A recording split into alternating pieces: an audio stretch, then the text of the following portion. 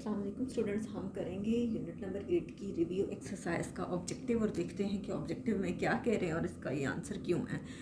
सबसे पहला है A part. If the length of the rectangle is 4 centimetre, अगर रेक्टेंगल की लेंथ 4 सेंटीमीटर हो और विड्थ हो 3.4 सेंटीमीटर, कहते हैं then find its perimeter, then its perimeter will be equal to, perimeter किसके इक्वल होगा?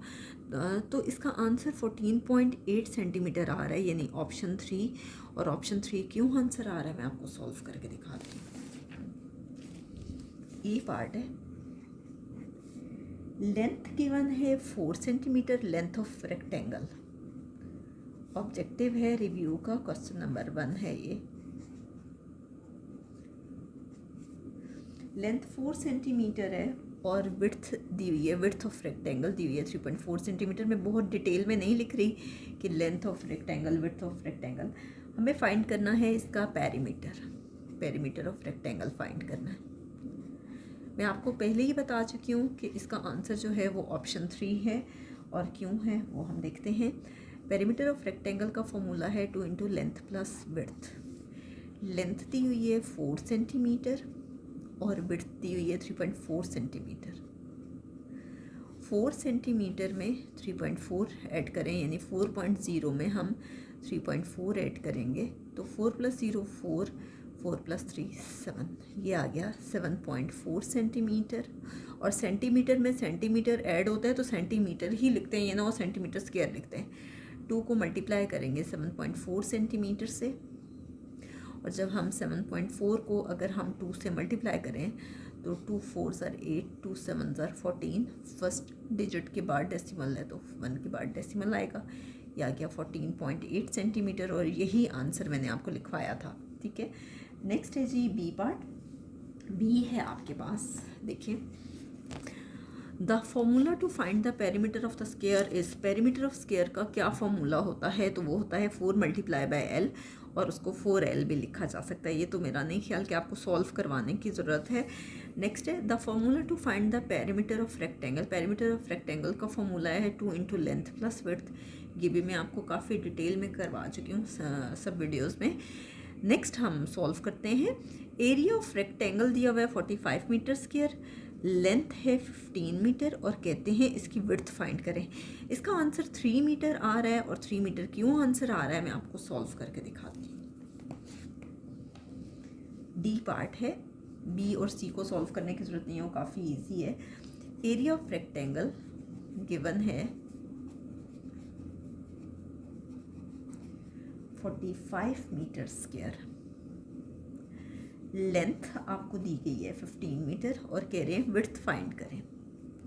तो आप देखिए एरिया ऑफ रेक्टेंगल दे दिया गया है हमें, और कितना है 45 मीटर स्क्वायर।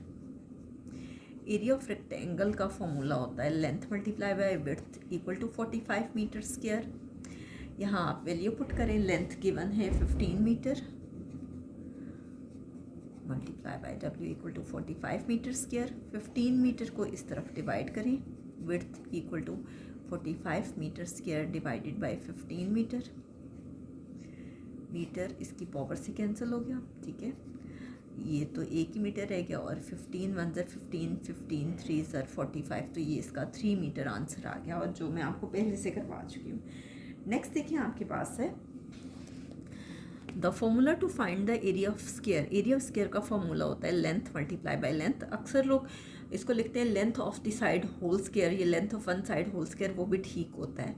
नेक्स्ट है the formula to find the area of the rectangle. Area of rectangle का फॉर्मूला है जी length multiply by width. Option 1 है, इसका भी फर्स्ट ऑप्शन है और इसका भी फर्स्ट। ठीक है, नेक्स्ट हम सॉल्व करते हैं। कहते हैं if the perimeter of the rectangle is 34 centimetre, अगर रेक्टेंगल का पेरीमीटर 34 सेंटीमीटर हो and we increase its length by 2 centimetre, और लेंथ को अगर सपोज कि हम 2 सेंटीमीटर बढ़ा दें, then there will be a difference of 10 centimetre in its perimeter. कहते हैं उसके पेरीमीटर में कितना डिफरेंस आएगा।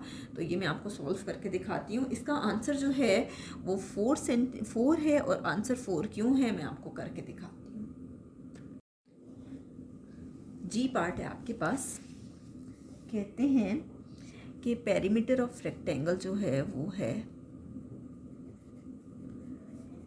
34 सेंटीमीटर।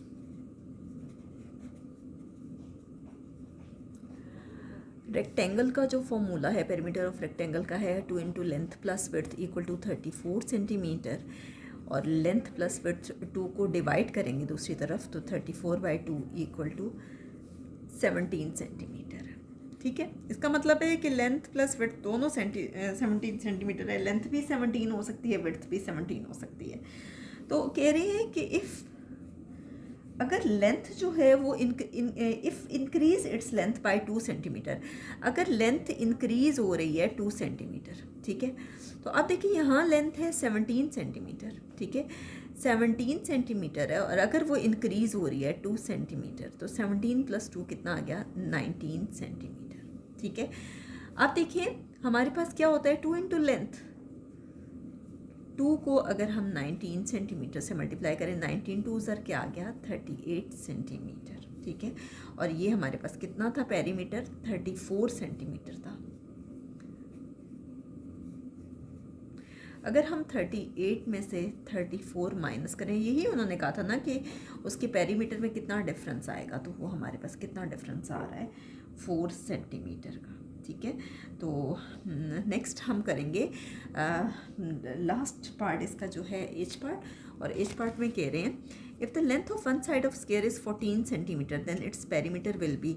अगर लेंथ ऑफ वन साइड जो है वो 4 सेंटीमीटर है, एज पार्ट है, लेंथ दी हुई है 14 सेंटीमीटर, कहते हैं आप पेरीमीटर फाइंड करें, यानी पेरीमीटर ऑफ स्क्वायर फाइंड करना है।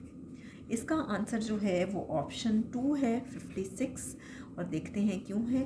पेरीमीटर ऑफ स्क्वायर का फॉर्मूला है 4 multiply by L, 4 multiply by 14 centimetre, 14 को 4 से मल्टीप्लाई करें 56 सेंटीमीटर आता है। ये देखें 4 4 ज़र 16, 4 1 ज़र 4 और 1 5, तो ऑप्शन 2 जो है वो करेक्ट आंसर है। ठीक है, तो यहाँ तक हमारा जो है वो ये यूनिट कंप्लीट हो गए। इंशाल्लाह नेक्स्ट वीडियो में हम यूनिट नंबर 9 करेंगे, और फिर इसके साथ साथ मैं 9th और 10th की भी वीडियोस इंशाल्लाह बनाना शुरू करूँगी।